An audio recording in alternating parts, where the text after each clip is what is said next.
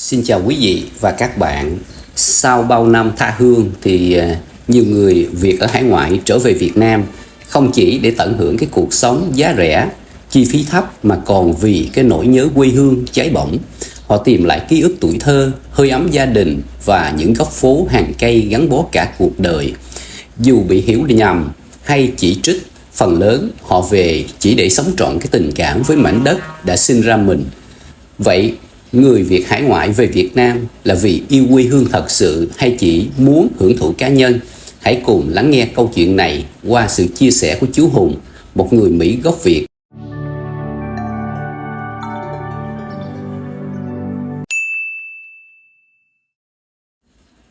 Thưa quý vị và các bạn, người Việt hải ngoại khi mà về Việt Nam yêu quê hương thật sự hay chỉ muốn hưởng thụ cá nhân? Tình cảm quê hương là thật. Không ai ở cái tuổi này mà còn bỏ công bỏ sức bay nửa vòng trái đất chỉ để hưởng thụ cá nhân đâu. Nhưng mà nói không thích hưởng thụ cũng không có đúng.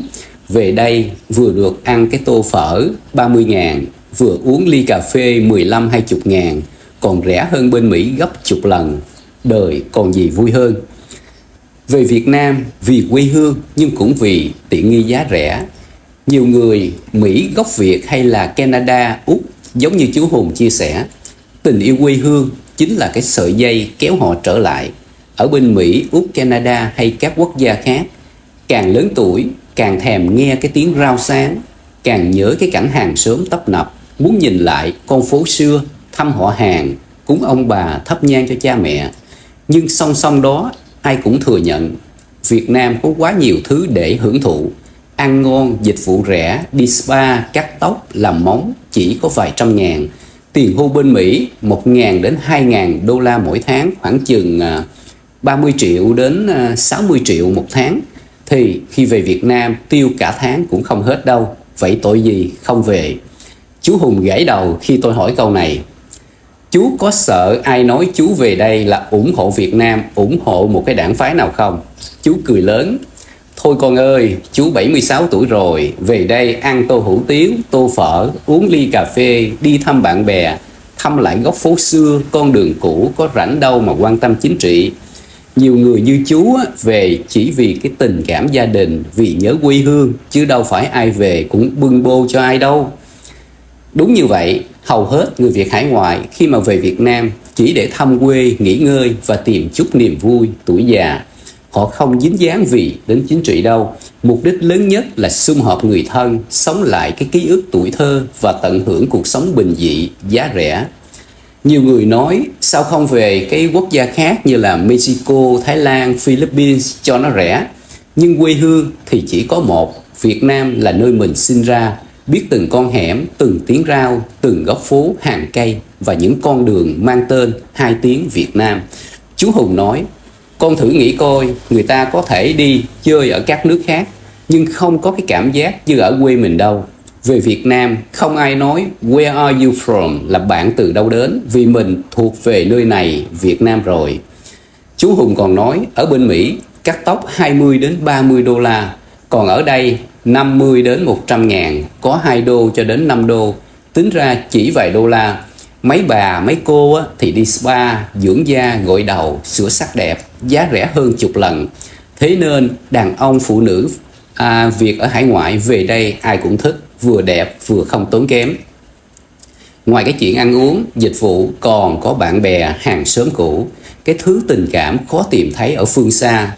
Người Việt lớn tuổi như chú Hùng thường nói, sống ở Mỹ đôi khi cô đơn lắm. Về Việt Nam có người trò chuyện mỗi ngày, dù chỉ là mấy câu chú khỏe không, hôm nay ăn gì, hôm nay có vui không, thì chú cũng đã vui và hạnh phúc lắm. Rõ ràng người Việt ở hải ngoại về Việt Nam thường có hai yếu tố song hành, tình yêu quê hương và muốn tận hưởng cuộc sống chi phí thấp. Không có gì sai khi kết hợp cả hai. Quan trọng như chú Hùng nói, về đây thấy vui, thấy hạnh phúc. Hôm bữa tôi đi ngồi cà phê với chú Hùng ở góc đường Lê Lai, thấy chú vừa húp xong tô bún bò mà cười tươi lắm. Tôi mới ghẹo chú. Chú Hùng ơi, về Việt Nam ăn uống dữ quá, bộ không sợ thực phẩm hóa chất, thuốc tăng trưởng này kia sao? Chú Hùng đặt đũa xuống, lau miệng rồi nói tỉnh bơ như thế này. Sợ á, thì sợ chứ con, nhưng ăn đồ quán quen, nấu kỹ, lựa chỗ sạch là ok là được.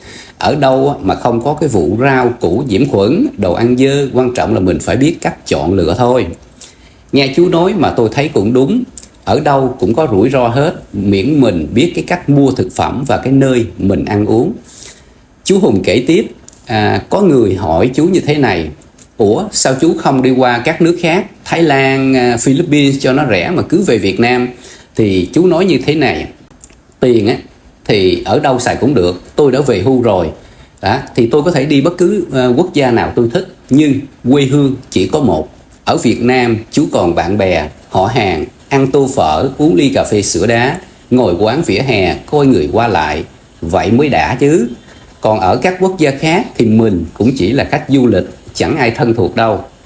Chú nói vậy mà nghe thương thương, đúng là quê hương có cái tình không nơi nào thay thế được.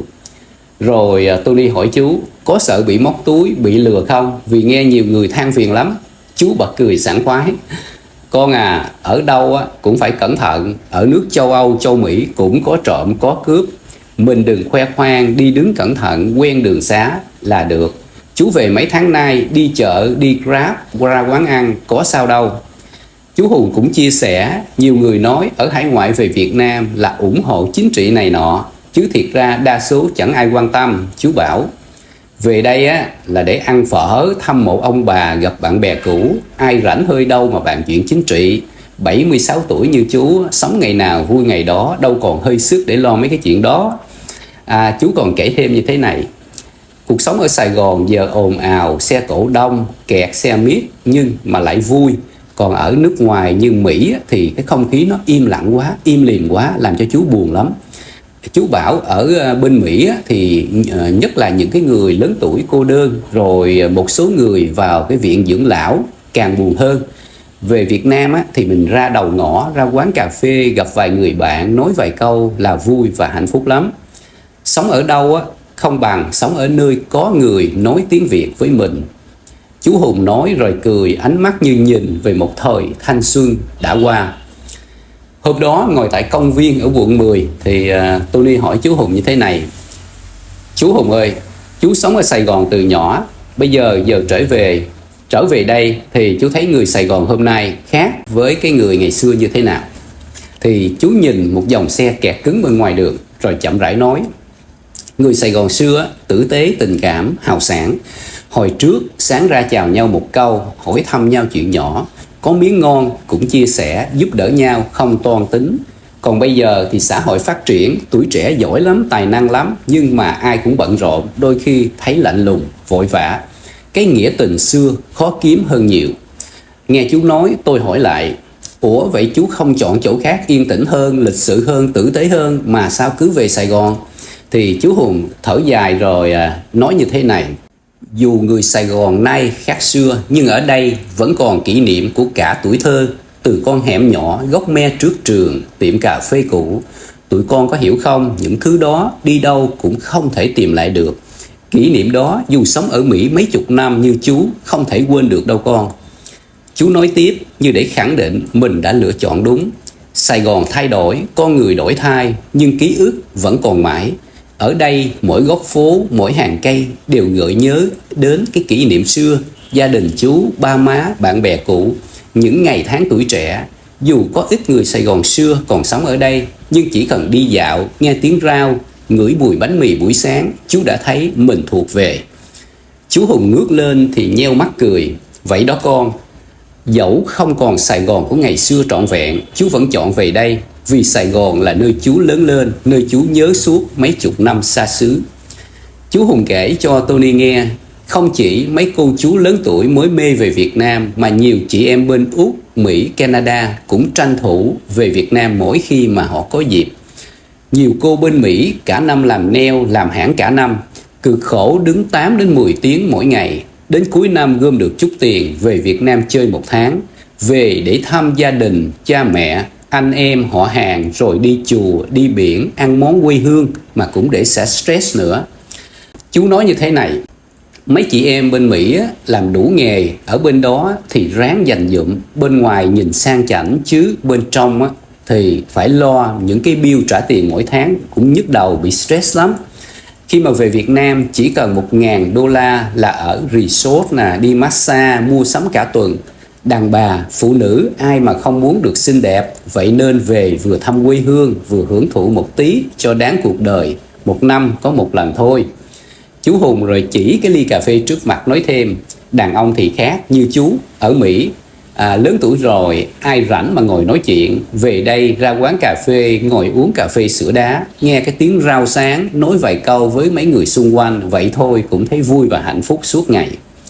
Chú kể một chuyện vui, có bà chị bên Canada 60 tuổi, con cái đã lớn hết, chồng mất sớm, quanh năm ở xứ lạnh.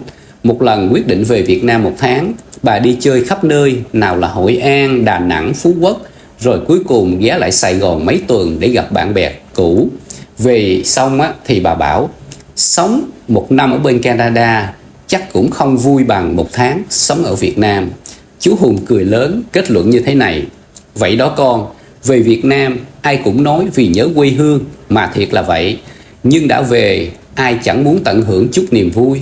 Có gì sai trái đâu, miễn mình sống tốt, không hại ai thì thăm quê và tận hưởng tuổi già là chuyện chính đáng. Tôi hỏi chú Hùng chuyện này vì nghe nhiều người ở bên Mỹ, nhất là cộng đồng Việt bên Cali, hay nói như thế này: người Việt hải ngoại về Việt Nam là bương bô, là ủng hộ nhà nước, là phản bội cộng đồng hải ngoại. Chú nghĩ sao? Lúc đó thì chú Hùng nhíu mày, uống một ngụm cà phê rồi chậm rãi nói thiệt với con, lớn tuổi như chú rồi, 76, về Việt Nam chỉ mong ăn bữa cơm quê, thăm mộ ông bà, gặp bạn cũ, ai còn hơi sức đâu mà lo chuyện chính trị.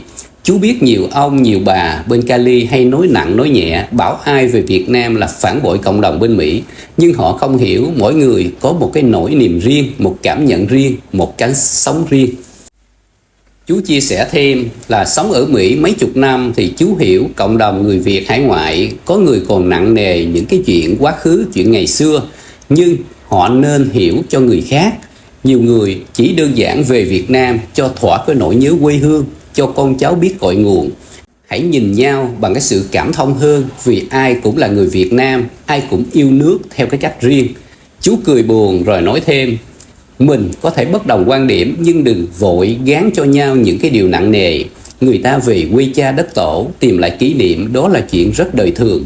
Chú về Việt Nam không phải để bưng bô cho ai, mà về là để tìm lại chính mình, tìm lại những ký ức tuổi thơ.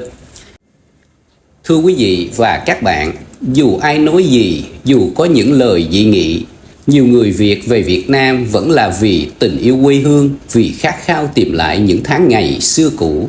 Họ không chỉ về để tận hưởng cuộc sống nhàn rỗi, ăn ngon mặc đẹp, mà còn để được ngồi nơi góc phố thân quen, những hàng cây đã bao mùa thay lá, nghe tiếng gà gáy sớm, tiếng rau bánh mì, tiếng con sông quê lững lờ trôi. Ở nơi đó họ tìm thấy những ký ức tuổi thơ, tìm lại hơi ấm gia đình và tìm lại chính bản thân mình sau bao năm tha hương. Về để thấy tim còn đập mạnh khi ngửi mùi cà phê sữa đá, để mỉm cười khi nghe tiếng ve sầu trưa hè, để biết quê hương vẫn còn là chốn bình yên nhất dù cuộc sống có đổi thay.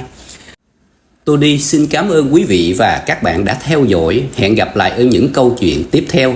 Xin chào, tạm biệt.